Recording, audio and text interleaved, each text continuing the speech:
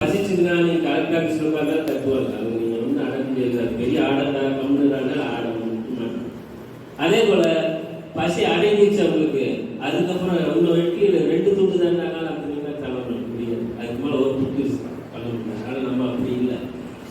அதே போல அவங்க வெளியே போகணும், யூரின் போகணும், அடுத்த செகண்ட் போயிடுவாங்க.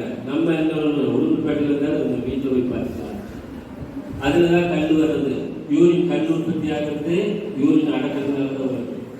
யூரின் அதே போல உளுந்தூர்பேட்டையில் இங்கே எப்படி அதிகமாக யோசிச்சு 5 மணிக்கு சாப்பிடல, அது போல அங்கே 2:30 மணிக்கு பயங்கரமாக கடுமையாக பசிக்கு வீட்டுக்கு ஒரு மணி நேரத்துக்கு வாங்கி போவோம். அதுக்குள்ளே 50 ரூபாய் சாப்பிடணும் அப்படின்ட்டு பசியோடவே வர்றது. கேசட் உற்பத்தி ஆகும், அல்சர் ஆகும், புண்ணா இருக்கும். பசிச்ச உடனே சாப்பிடணும். அது வேலைன்னு சாப்பிட முடியாது, பரவாயில்ல. ஒரு 2 வாழைப்பழம் தான் சாப்பிடணும். இதெல்லாம் வடையை சாப்பிடக்கூடாது. 2 வாழைப்பழம் மாதிரி சாப்பிட்டோம்னா பசி கொஞ்சம் அடங்கிடும்.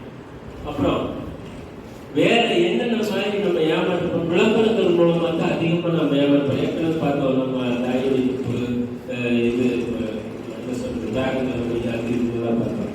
அதுபோல இலுமினாட்டிஸ்ன்னு சொல்லி கேள்விப்பட்டிருக்கீங்களா? இலுமினாட்டிஸ்ன்னு சொல்லிட்டு அவங்க தான் வந்து ஒரு 14 பேர் தான் உலகத்தையும் ஆட்சி பண்ணிட்டாங்க. அவங்க உற்பத்தி பண்ற எல்லா மருந்து விஷம் மருந்து எந்த இடத்துல மனித சந்தை, இந்திய மனித சந்தை இங்கதான் பார்ப்பாங்க. அதே போல இந்தியாவிலிருந்து ஒன்று வாங்கணும் வரணும் அப்படின்னா ஒரு பொருள் வரணும். சுகர் எதுக்கு வந்துச்சு தெரியுங்களா?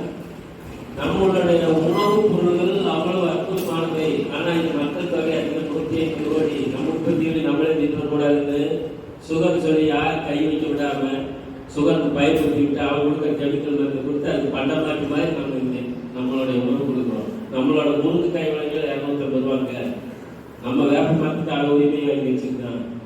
வேப்ப பூச்சிக்கு நம்ம ஏமாற்றப்பட்டிருக்கோம். இதை விட அவங்க சிலபஸ் மோசம். மருத்துவர்கள் நல்லவங்க, நம்ம இருந்தாச்சே அவங்க நல்லவங்க. ஆனால் சிலபஸ் மோசம், சிஸ்டம் சரியில்லைங்கிறாங்க. மோசமான சிலபஸை கொடுத்து படிக்க வச்சு நம்ம ஆளுங்களை வச்சு நம்மளை கொள்றாங்க. நம்ம அதுல இருந்து விழிப்பாய்க்குங்க. நீங்க என்ன பண்ணுங்க, அவங்கள குறை சொல்ல வேண்டாம். நீங்க விழிப்பா